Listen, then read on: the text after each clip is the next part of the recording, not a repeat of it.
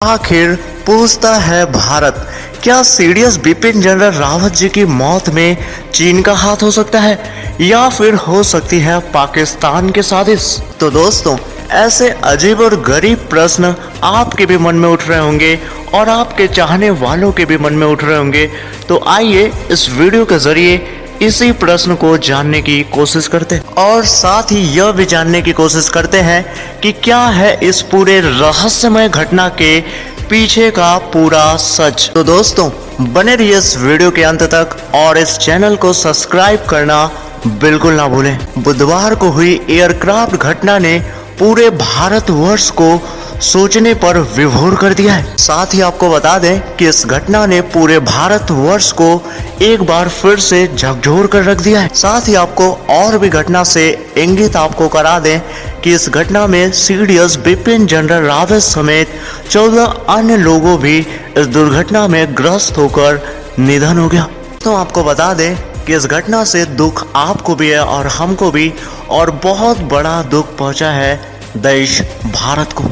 इस प्रकार की घटना आखिर कैसे हो गई, किन कारणों की वजह से हो गई, इस बात का भी अभी कोई पक्का सबूत नहीं मिल पाया दोस्तों। हालांकि दोस्तों, बताया जा रहा है कि मौसम में तकनीकी खराबी हो जाने की वजह से ये हेलीकॉप्टर क्रैश कर गया। इस बात में कितनी सच्चाई है और कितनी ज्यादा सच्चाई है, ये अभी कुछ नहीं कहा जा सकता दोस्तों। तो दोस्तों, इस घटना से जुड़ी एक तथ्य आपके साथ और शेयर करना चाहेंगे कि इस घटना से ठीक एक दिन पहले सर बिपिन जनरल रावत जी ने अपना एक बयान जारी करते हुए कहा कि जिस महामारी से हम जूझ रहे थे वो महामारी नहीं बल्कि चीन द्वारा चलाई गई एक सोची समझी चाल थी। इस बात को बहुत ही ध्यान से और बहुत ही गौर से समझना पड़ेगा दोस्तों, क्योंकि आने वाले समय में चीन हमारे लिए बहुत ज्यादा घातक साबित कर सकता है। इस प्रकार की नए नए महामारियों से, नए नए आपदाओं से बचने के लिए हमें पहले से ही तैयारी करके रखने की जरूरत है दोस्तों, नहीं तो बहुत बड़ा ठसका लग सकता है देश भारत को। हालांकि ये पहली बार नहीं था सर बिपिन जनरल रावत जी का दुश्मनों के साथ, लेकिन इससे पहले भी वो दुश्मनों के साथ दो हाथ कर चुके हैं। कि आपको बता दें कि दुश्मनों को धूल चटाना और दुश्मनों को नापाक हरकतों में आगे ना बढ़ने देना, उनको रद्द कर देना, इन शख्स को बखूबी आता था। हालांकि आपको बता दें कि वो मौत से आंखें मिलाकर जिंदगी की बाजी जीत लिया करते थे। ऐसे वीर सपूतों के लिए दोस्तों किसे पछतावा ना हो भला। तो भैया, एक बात हम आपसे ही पूछना चाहेंगे, क्या सीडीएस बिपिन जनरल रावत जी करोड़ों दिलों की धड़कन नहीं थे? हमारे लिए तो भैया वो करोड़ों दिलों की धड़कन से भी कम ना थे।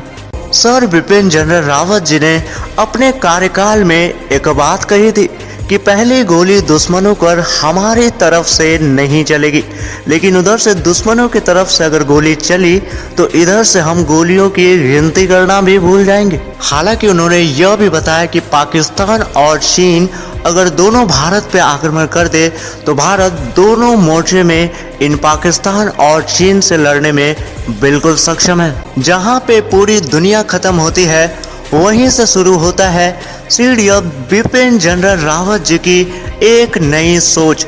दोस्तों, ऐसी सोच रखने वाले बिपिन जनरल रावत जी के लिए, ऐसे सूरवीर योद्धा के लिए एक लाइक तो बनता ही है। जब कई लोग आते हैं तो एक परिवार बनता है, और जब कई लाख परिवार आते हैं तो एक देश बनता है। लेकिन एक परिवार को कुछ हो गया तो देश को कुछ नहीं होगा, लेकिन देश को कुछ हुआ तो एक भी परिवार जिंदा नहीं बचेगा। किसी भी एयरक्राफ्ट में एक ब्लैक बॉक्स लगाया जाता है। जाहिर तौर पे अब आप कहेंगे कि ये ब्लैक बॉक्स आखिर होता क्या है, तो इस बात को भी बहुत अच्छे से, बहुत ही गौर से समझ लीजिए दोस्तों। किसी भी एयरक्राफ्ट में उसकी गतिविधियों को नजर रखने के लिए जिस डिवाइस का प्रयोग किया जाता है उसे एयर बॉक्स यानी ब्लैक बॉक्स कहते हैं। तो दोस्तों, ये घटना प्राकृतिक थी, नेचुरल थी या फिर किसी के द्वारा प्लान की गई थी, इस पर अभी कुछ नहीं कहा जा सकता।